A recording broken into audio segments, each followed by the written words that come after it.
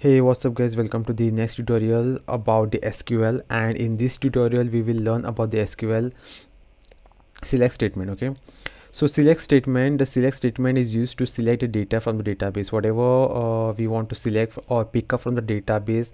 That time the select keyword is used.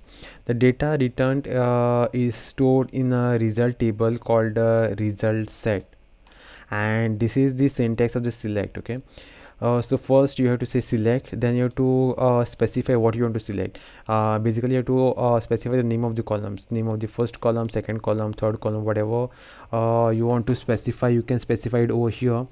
And then you have to make use of the second keyword, which is from, and then you have to specify the name of the table, then you have to put the semicolon. Okay, so this is how we will select something from the your table.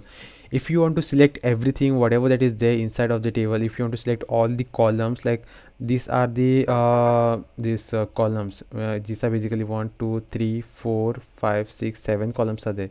If you want to select all the 7 columns, then just put the asterisk. Asterisk stands for selecting everything. Okay, selecting all the columns from the table, and then you have to specify the name of the this table over here. This is the demo database about the customers which is present over here. Then this is the first query, which is the select customer name and the city from the customers table. Okay, so first use the select, then the what you want to select, which is the customer name and the city I want to display. Okay, from, I want to display this from the customers table. Let me just show you how this executes. Okay, so now I'll run this SQL, and it is now displaying the customer's name and the city. Okay, so now if suppose I want to display the contact name also, then I will do one thing. I will put one comma, and I will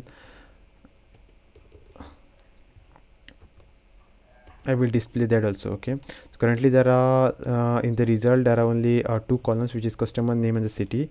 After running this SQL query, now there is 3 columns, which is customer name, customer contact, contact name, and this city. Okay, so this is how you can display the columns. You have to specify whatever columns you have to display.